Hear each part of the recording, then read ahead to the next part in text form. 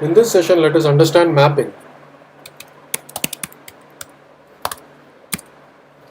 Using mapping, all the elements of an array can be converted to or transformed to something else. Maybe you have an array and you want all the elements in it to be multiplied by, say, 100. Maybe you want the elements of an array that represents distance in miles to be transformed to, say, distance in kilometers. We can achieve this using the function map in JavaScript. We pass map an array as an argument to which we would like to perform the transformation, and another argument, typically a function, that will be applied to each of the elements in the array. So the signature would be like this: map that expects two arguments. The first one is the array and the second one is a function. Map returns an array with the return values of the function that was passed to it, which operates on each of the array elements. So essentially, map takes each element in the array specified as its first argument and maps, thereby transforms it to the return value of the function specified as its second argument. Now this second argument to map can either be a named function or it can be an anonymous function. So map array is the first argument, second argument is now our anonymous function, that is function without a name.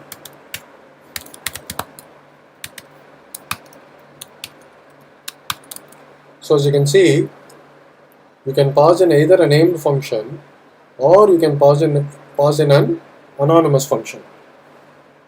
Let us see an example. So before we see a simple example, please remember, when using map, the original array is not modified. What we get is the copy of the original, so that if you would like to operate on the transformed results, we make use of the copy.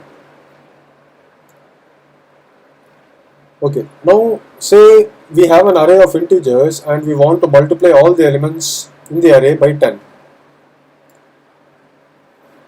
Now let us first have this without using map. Let us write a procedural way of doing the transformation. So let's get started by having a variable named int_array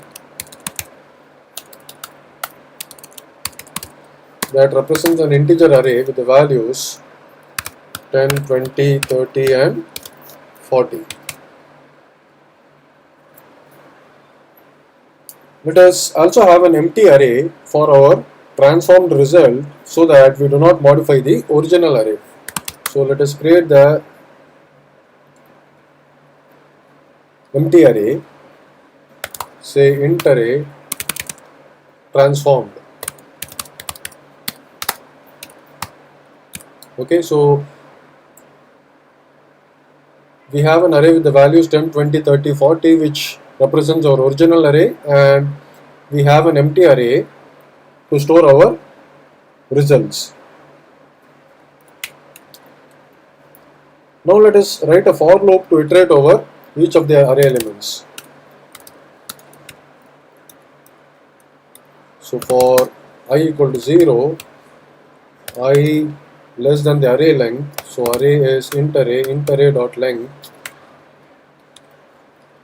I plus plus. Within the loop, let us get the element, multiply it by 10 and add it to the empty array created earlier. So let us get the element int_array of I and save it in a variable item. So variable item equal to int_array of I.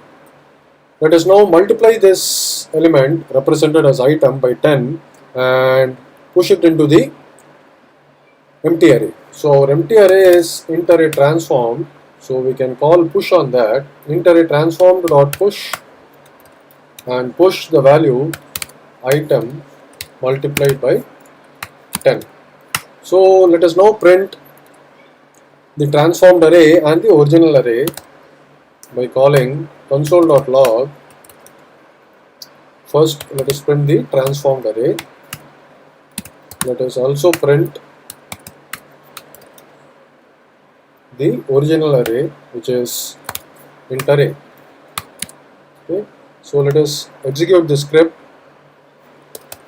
node test.js. So we get the transformed array containing the values 100, 200, 300 and 400, and we have our original array with the values 10, 20, 30 and 40. So as we can see, our transformation task can be done in this manner as well, using procedural style.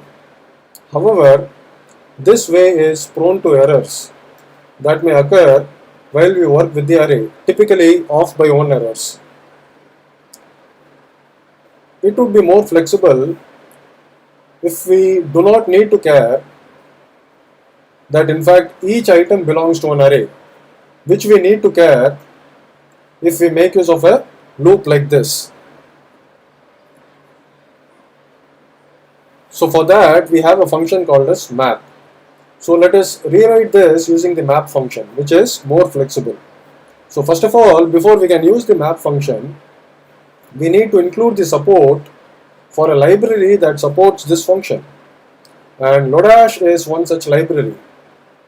Now I have already installed Lodash using npm install Lodash -- save locally for this folder named fs.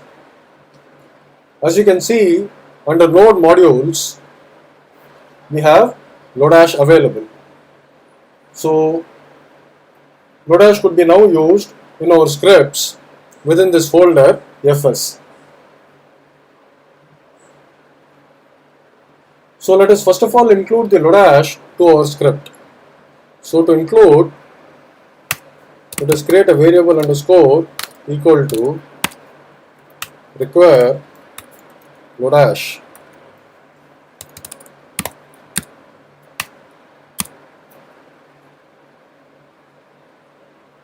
Now let us remove the for loop. So let us take away this entire loop and define our transformed array, that was an empty array, by using the function map in Lodash. So let us refer to Lodash using our underscore dot map. So map, as we have already understood, takes in two arguments. The first is our array. So our array is integer array, and the second is a function. So let us have a anonymous function. So let us write the function, and within the function let us do the transformation and return it. So let this anonymous function